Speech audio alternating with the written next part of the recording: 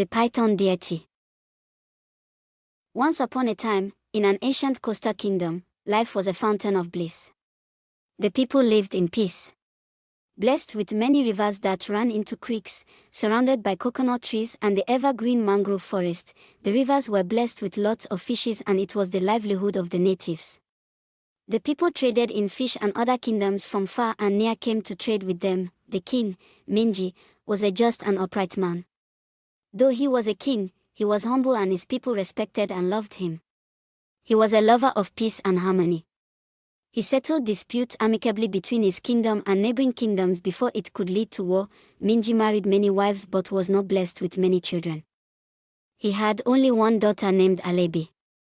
In his desire to have many children, Minji consulted many oracles and deities, but the king got no solution to his ordeal.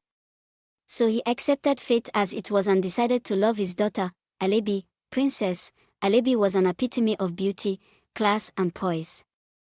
Just like her father, the king, she was humble and graceful. She admired children and loved to play with children. At times, she would gather children in the palace and tell them stories about their ancestors, and when it was time for the children to go to their various homes, Princess Alebi would give them gifts. To her, playing with the children and telling them stories helped her to be a sister to the siblings she needed but never had. The kingdom, under the reign of King Minji, continued to blossom and flourish in riches and wealth. The people had plenty to eat and never lacked.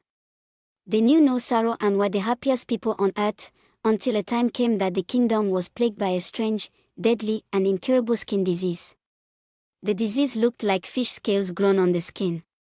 It was painful and agonizing to those that contracted it, and it spread like wildfire throughout the kingdom and claimed many lives, both old and young. The once peaceful and happy kingdom was in sorrow and turmoil. Neighboring kingdoms that once traded with them, no longer traded with them, for fear of contracting the dreadful disease. Many kingdoms shut their borders against the people and refused to render any help to them. People could no longer go about their normal lives. They no longer went fishing, and alongside the plague, hunger raged throughout the land. Seeing his people die daily, King Minji was troubled. He sought for solutions but could not find cure to the disease. Even the medicine men and native doctors were unable to find a cure to the widespread disease. The worst happened when Princess Alebi, the only child of the king, contracted the deadly disease. King Minji's world crumbled right before him. He was devastated. The death of his daughter would mean the end of his lineage. King Minji did not want to lose his only child, so he decided to embark on a solo journey to find cure to the disease, since all the native herbalists had failed to find a solution. And so, Minji left his throne and journeyed alone, deep into the mangrove forest, hoping that the gods who were silent would somehow show mercy and give him cure to the dreaded disease. He spent days and nights deep in the forest searching for the cure but still could not find any cure. Back at the kingdom, the disease had killed more people, and those who were plagued by the disease outnumbered the people who weren't affected by the disease. The plague had spread all over Princess Alebi's skin and her health deteriorated drastically. Not giving up on his quest, King Minji went even further and deeper into the mangroves. As he went deeper into the forest, he began to encounter many dangerous wild animals. Some attacked him and he faced them fearlessly and killed them.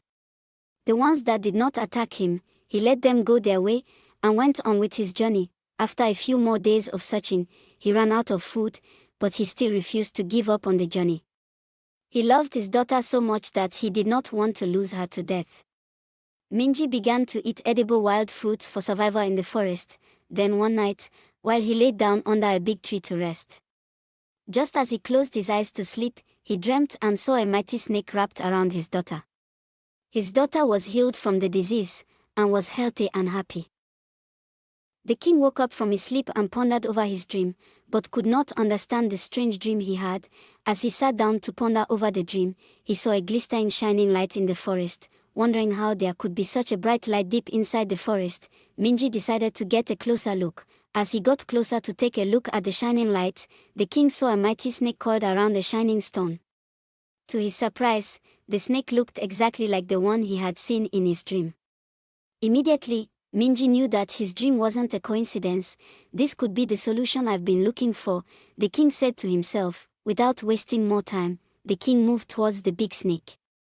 As he approached the snake, the king noticed that it wasn't an ordinary snake. The snake had a glowy skin and was adorned like a goddess. On realizing that the snake might be a deity, King Minji decided to approach the snake for help. The king then courageously moved towards the snake. "Stop there. You mortal, what are you looking for in the sacred forest of the Python goddess?" the snake asked, horrified and yet courageous. "I need a cure to heal my daughter and the people of my kingdom," the king replied. At first, the snake refused to help the king, but seeing that he really needed the cure, the snake made a request: "If I give you the cure, your people shall serve me and your daughter shall be my priestess." The snake requested. King Minji's heart sank at the request of the python. The snake's request was too great a price to pay for Minji. Knowing that the princess was his only child, King Minji pleaded with the python to choose another maiden as its priestess instead of his daughter, but the python goddess wanted the king's daughter and no other maiden. The king's plea to make the goddess change her mind was futile. Not knowing what else to do, the king accepted the python's offer in order to save his kingdom and his daughter. However, the king also made a demand that the python would bless him with children, since his only daughter would be taken from him. The python goddess agreed and followed the king to his kingdom. That very night, King Minji and the python goddess appeared in the palace, and as promised, the python healed the princess and put an end to the spread of the disease. The next day, those who were affected by the disease were healed and they praised the python goddess. Princess Alebi became the python priestess, and over the years, the python goddess blessed King Minji with many children. Peace and joy returned to the kingdom, and the people worshipped the python goddess. Thank you for watching and listening to my story. Please, like, comment, share and subscribe, as I look forward to sharing more amazing stories with you.